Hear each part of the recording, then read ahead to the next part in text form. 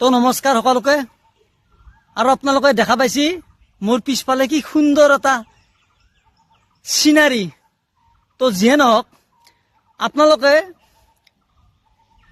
বহু ধৰণৰ ফুল দেখা পাইছি, কিন্তু আপোনালোকে আজিকলৈকে এটা ফুল জীৱনত দেখা পোৱা নাই। আৰু আজি সেই ফুলটো মই আজি আপোনালোকক মোৰ ইউটিউব চেনেলৰ জৰিয়তে আৰু মোৰ ফেচবুকৰ জৰিয়তে আজি আপোনালোক মই দেখা আছো। আপোনালোকে ভিডিঅ'টো স্কিপ নকৰাকৈ চাই থাকিব। আহক। তো দেখা পাইছি এইটো ফুল আপোনালোকে চাওক, ভাল কৰি মন দি কিনে চাওক। ক'ৰবাত দেখা পাইছিল নেকি জীৱনত? দেখা পোৱা নাই। আৰু এই ফুলটোৰ নাম হয়তো আপোনালোকে শুনাও না আজিলৈকে, কিন্তু আজি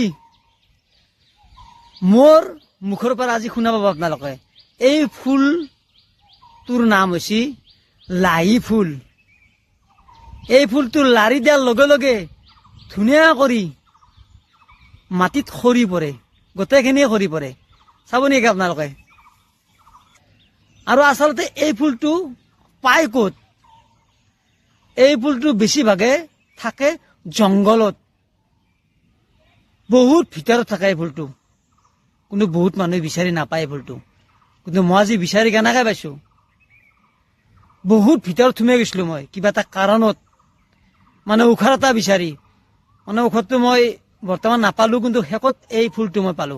তো যিয়ে নহওক আপোনালোকে নিশ্চয় ভিডিঅ'টো চাই ভাল পালে প্লিজ এটা লাইক কৰি জনাই দিব। জয় আই অসম, জয় জুবিন দা।